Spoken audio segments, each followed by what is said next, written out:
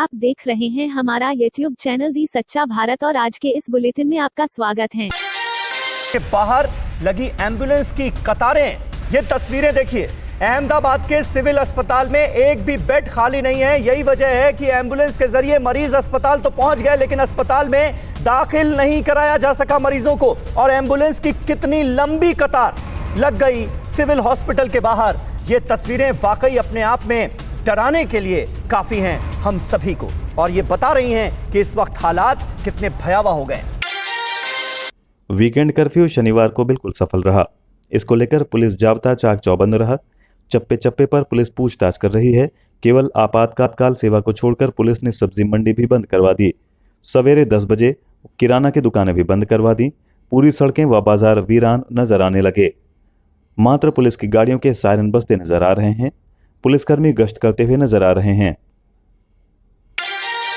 वाह, क्या अद्भुत समय आ गया है। लगभग 40 से ज्यादा साल तक देश के सबसे पावरफुल शख्सियतों में शुमार रहे भारत के पूर्व राष्ट्रपति प्रणब मुखर्जी के बेटे अभिजीत मुखर्जी जी खुद 2 बार सांसद रह चुके हैं। वो रेमडेसिविर इंजेक्शन के लिए सोशल मीडिया पर गुहार लगा रहे हैं। छोटे और लाचार आदमी को बड़ा नहीं बना पाए तो क्या, बड़े आदमी को तो छोटा और लाचार बना दिया। राजस्थान के 3 उपचुनाव, उसका मतदान भी लगातार निरंतर जारी है।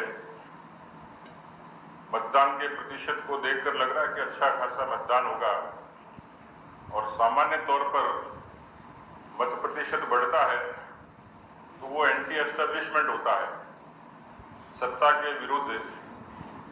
और ये इस बात को प्रमाणित करता है जिसको हम लोग बराबर कहते रहे कि लोगों में सत्ता के विरुद्ध आक्रोश है। इससे पहले भी और लगातार जो हमारा आरोप था उस पर हम कायम हैं। मैं खुद विधानसभा क्षेत्रों के बहुत इंटीरियर तक गया हूं।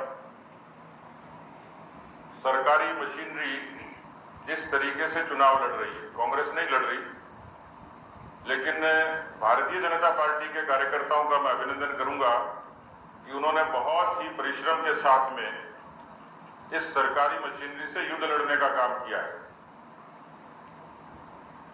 आज भी और कल रात से जो घटनाएं हुई, उन घटनाओं से ये पूरे तरीके से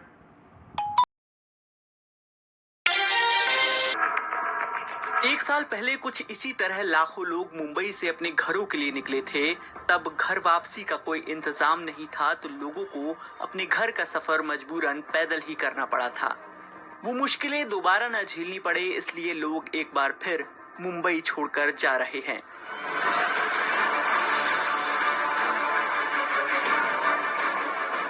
ये वही लोग हैं जो कुछ महीनों पहले ही यूपी बिहार से वापस मुंबई कमाई करने लौटे थे।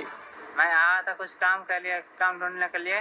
काम नहीं मिला था, लॉकडाउन होने की वजह से मैं जा रहा हूँ वापस अपने गांव। हम ये सोचे ये जो पुलिस है ये जनता की भलाई के लिए है या कमाई के लिए है। पगार पानी मिल नहीं रहा, दिक्कत क्या है, धरती बहुत गाड़ी मिल नहीं रहा। मुंबई में मैं जनवरी में आया, इधर कारपेंटर का काम करता हूँ जी। अभी काम बंद हो गया तो अभी हम लोग गाँव गया। अभी टिकट नहीं मिल रहा था तत्काल का, तो सुबह का मिला है तो हम लोग सुबह जाएंगे। इनमें से ज्यादातर लोगों की शिकायत है कि रेल प्रशासन मदद नहीं कर रहा और पुलिस की तो एक ही परिभाषा है, परेशान करना, और वो वही कर रही है।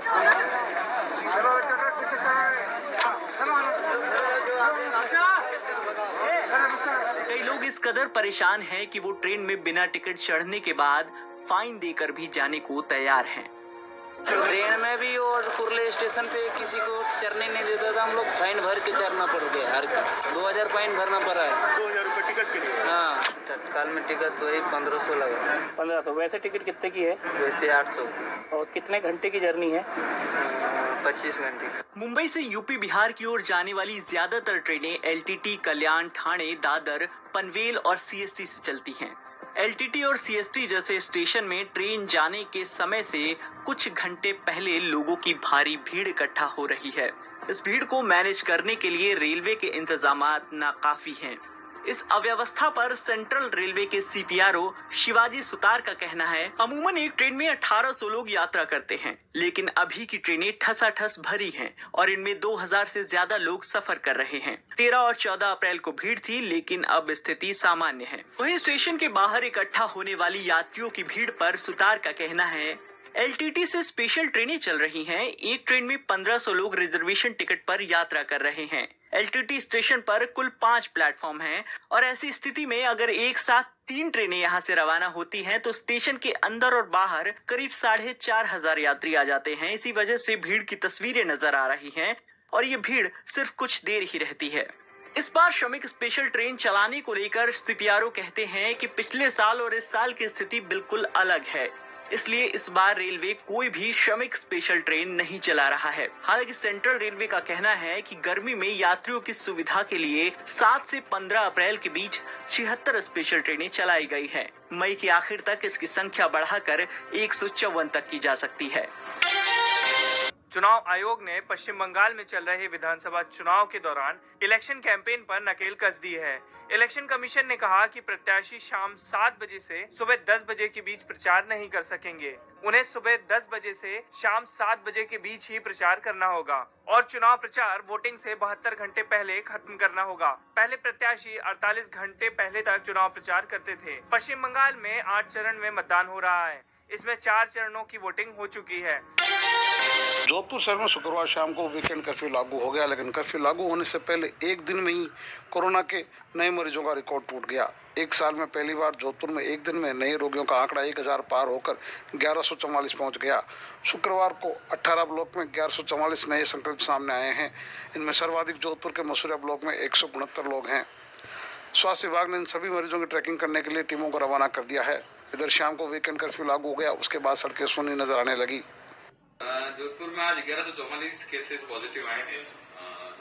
लिस्ट जारी कर दी गई है, जल्दी और भी जो भी है उसके बारे में सूचना दे दी जाएगी। सर, ये अलग अलग ब्लॉक्स में किस ब्लॉक में कम ज्यादा कुछ आंकड़ा है? नहीं, बिल्कुल आंकड़ा जो है वो आकलन करेंगे। ये तो पॉजिटिव जो आए हैं मरीज उनका आकलन चलता है।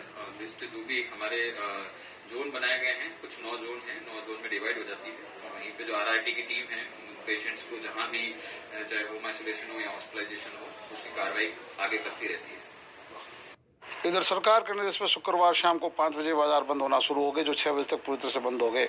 हालांकि लोगों की आवाजाही चलती रही। पुलिस ने लोगों को ज्यादा सख्ती नहीं दिखाई क्योंकि लोग घरों की ओर जा रहे थे। पुलिस कमिश्नर ने कहा कि अगले 2 दिन तक जो अनुमत श्रेणी के लोग हैं उनको आना जाना में रोका नहीं जाएगा। उन्होंने बताया कि वैक्सीन के लिए जाने वाले लोगों को रोका नहीं जाएगा।